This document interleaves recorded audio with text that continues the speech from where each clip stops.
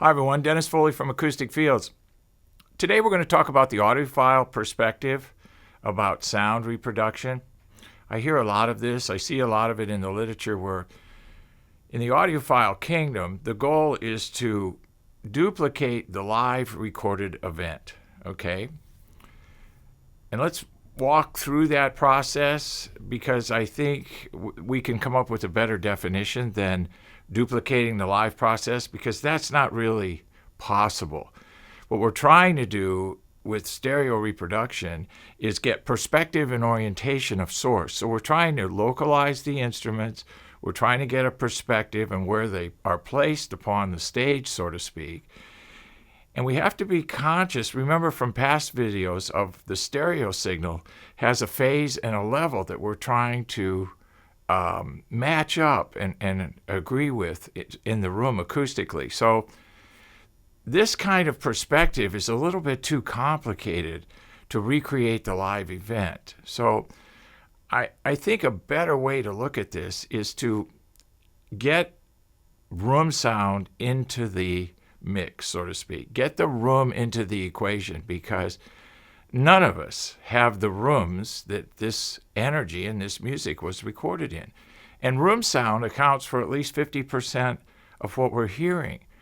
So to try to recreate the live event without, considering the room sound is a difficult proposition. So we have to be a little bit careful.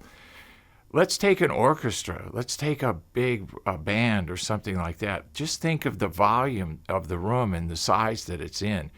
Just think of the time signatures of the reflections that the microphones capture. You're going to hear that sound. You're going to hear that volume. You're going to hear those distances from those walls.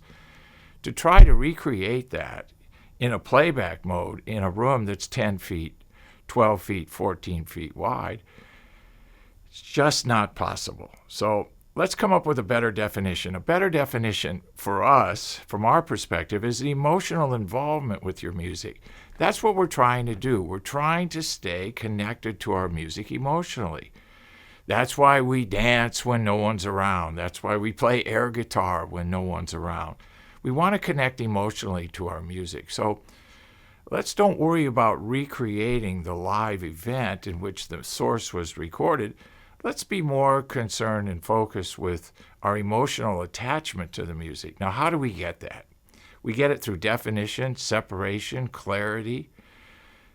We can do all of that with the proper room acoustic treatment. So the goal in our rooms is to connect emotionally to our music by getting the room out of the way. So we want to minimize the impact the room has so we can hear what was ever recorded, whether it was live, whether it was studio, whatever the source of the recording was. We want to get as close to the music as we can, and we can do that with room size, volume, usage, treatment, all those variables that we always talk about. So don't worry about recreating the event in which the music was recorded. Let's be more concerned with our emotional connection to the music. I mean, that's what music is for. It's for our emotional connection to it. So let's do what we can within the rooms that we have to achieve that result. Thank you. Thank you for watching this video, and if you liked it, please give us a thumbs up.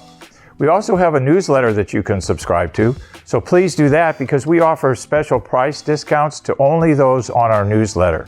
And then don't forget about our forum. We have started a forum on our own website where people ask questions, and I usually get a chance every couple days to look at it. There's an interchange between people on the forum, and we'll give you real answers on a regular basis, so that'll help you. Thank you.